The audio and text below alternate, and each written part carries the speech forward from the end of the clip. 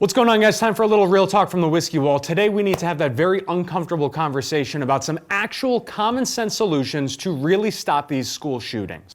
We have millions of veterans here in America, and many of them are unable to find meaningful work.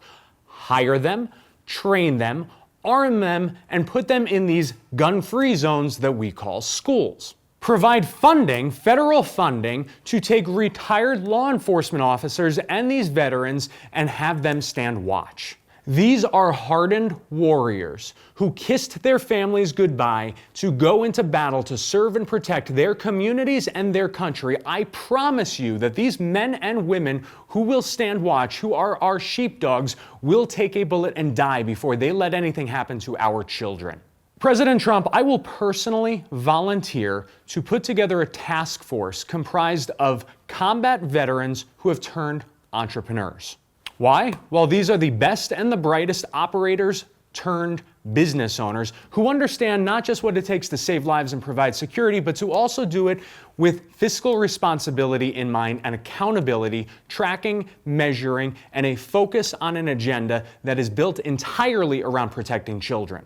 We will create recommendations that provide common sense solutions to protect teachers, students, families, and to do it in a way that's completely responsible, both fiscally and from a security perspective. Among the items that we would explore, who do you actually call when you see a direct threat in this digital age? Guys, we hear if you see something, say something, but to whom do you say something? We see threats online all the time, whether it's YouTube or Facebook. When it's outside of your local community, who are you supposed to pick up the phone and get in touch with? Local law enforcement, chances are they're not going to be able to help if it's in another state. It's not like we could just pick up and call the FBI. So among the items that we would explore, how do we get that message to the right person? Guys, I am the national spokesperson for one of the largest law enforcement officer and supporter groups in the world, and I don't know who the hell to call. So perhaps instead of passing legislation focusing on 11 versus 10 rounds in a magazine, we should actually create a process to give a reporting mechanism to everyday Americans. Last year, there was a guy arrested by Secret Service who had a whole bunch of guns in his car outside of the White House and was threatening to kill the president. Guess what? A whole bunch of us saw him put up a post on Facebook days before threatening to kill the president. We reported it to Facebook, and you know what Facebook said? Doesn't violate their terms and conditions. A month later, I put up a post in support of Blue Lives Matter, and I was banned for 30 days. Do you see the problem here? Perhaps it's time that our task force start looking at regulating social media as a municipality. Now, guys, you all know how I feel about the Second Amendment, right? But arming every teacher is also not the solution. Why do I think that? Well, think about this for a second. How many gender studies professors out there are triggered by the sight of police? Do you really want that individual to be forced to carry a gun? I don't think so, because they are not going to know how to properly stow or secure their firearm or go for regular training.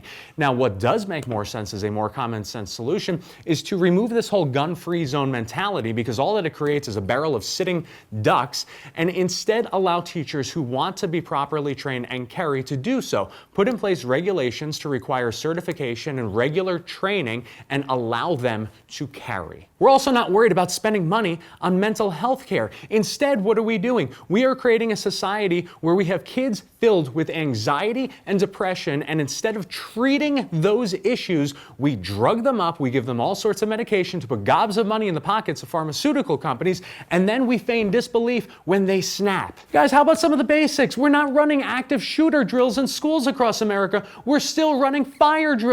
When the hell was the last time that a kid threw a cigarette in a trash can and burned down an entire building? Our schools are built to better and stronger codes than ever before, and yet instead of focusing on the threats that are facing society today, in 2018, we are focused on the idea that an entire school is going to go up like a tinderbox. You know what will cause a school to go up in flames? A bomb or an arsonist. A bomb that's set off while somebody else is shooting up the school, but we aren't preparing our students and teachers for that reality. The solution isn't to ban guns or to ban a certain type of gun.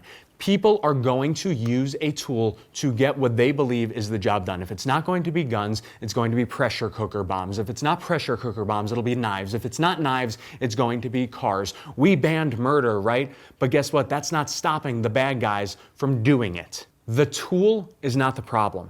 The person is. When I was growing up in schools and at home, we were taught respect. Yes, ma'am.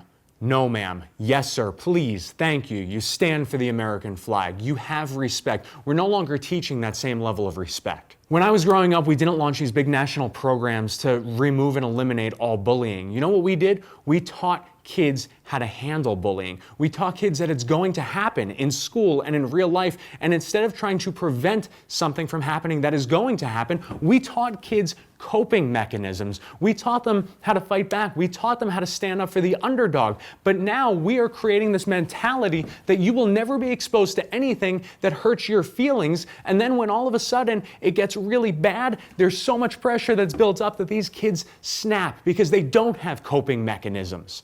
This is no longer an issue of left versus right, of Republicans versus Democrats.